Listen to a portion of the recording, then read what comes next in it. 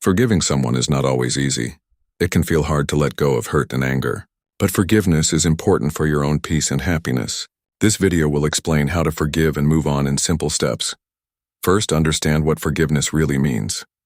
Forgiveness does not mean forgetting what happened. It does not mean saying what they did was okay. Forgiveness means you choose to stop feeling angry and hurt. You decide not to hold a grudge. It is for your own well-being, not for the person who hurt you. Next, accept your feelings. It is okay to feel angry, sad, or confused. Don't rush to forgive if you are not ready. Give yourself time to feel and understand your emotions. Writing your feelings in a journal can help. Talk to someone you trust if that makes it easier. After that, try to see the situation from a different view. Sometimes people hurt others because they are also hurting inside. This does not excuse their actions, but understanding this can make forgiveness easier. Remember, forgiving is about your peace, not their apology. Now decide to forgive. This is a choice you make. It can help to say it out loud or write it down.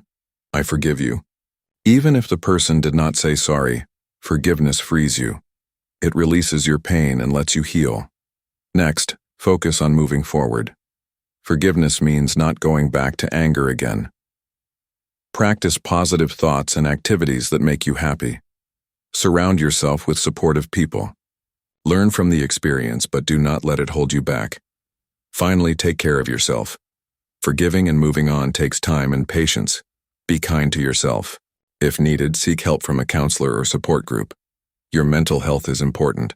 To summarize, forgive because you deserve peace. Accept your feelings, understand others, choose forgiveness, and move forward with kindness to yourself. Forgiveness is a gift you give to yourself. Thank you for watching. Start your forgiveness journey today and feel the freedom that comes with letting go.